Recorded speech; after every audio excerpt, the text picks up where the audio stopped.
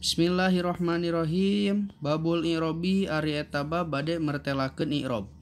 Al i'robu ari ngaran i'rob eta huwa ari ngaran i'rob tagiru awakhiril kalimi eta barobahna pirang-pirang akhir kalimah.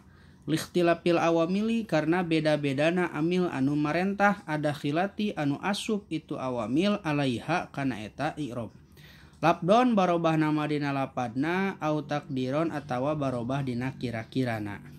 Jadi ari ngaran i'rob teh nyata barobahna pirang-pirang tungtung kalimah karena beda-bedana anu marentahna gitu. Waqsamuhu jeung ari babagian i'rob arbaatun eta aya opat. Robun tegesna kahiji i'rob ropa, wa nasbun jeung kaduana i'rob nasob, wa khofdun jeung katiluna i'rob khopad, wa jazmun jeung kaopatna i'rob jazm.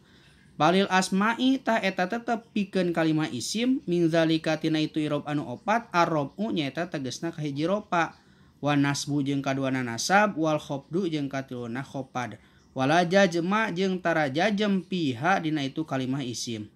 Walil af'ali jeung eta tetep pikeun kalimah fi'il min zalika tina itu i'rob anu opat ar-robu nyaeta tegasna kahiji ropa wa nasbu jeung kaduana nasab wa jazmu jeung katiluna jazm wala khofdo jeung tara jr tara khopad piha dina itu kalimah fi'il. Jadi ieu bab mertelakeun i'rob ari ngaran i'rob teh nyaeta berobahna pirang-pirang tungtung kalimah karena beda-bedana amil anu marentah anu asup kana eta kalimah. Ari babagian i'rob teh aya opat, hiji ropa, dua nasab, tilu khopad, opat jazm. Keur kalimah isim mah tina i'rob anu opat teh tilu.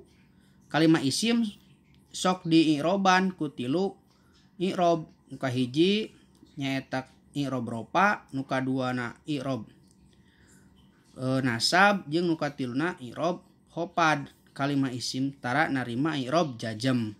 Jeung eta tetep pikeun kalimah fi'il mah tina i'rob anu opat teh nyaeta anu sok dipake dina kalimah fi'il i'rob ropa, i'rob nasab, jeung i'rob jazm tara make i'rob khopad. Kitu wae pembahasanana tentang bab i'rob. Mutolaah bab i'rob.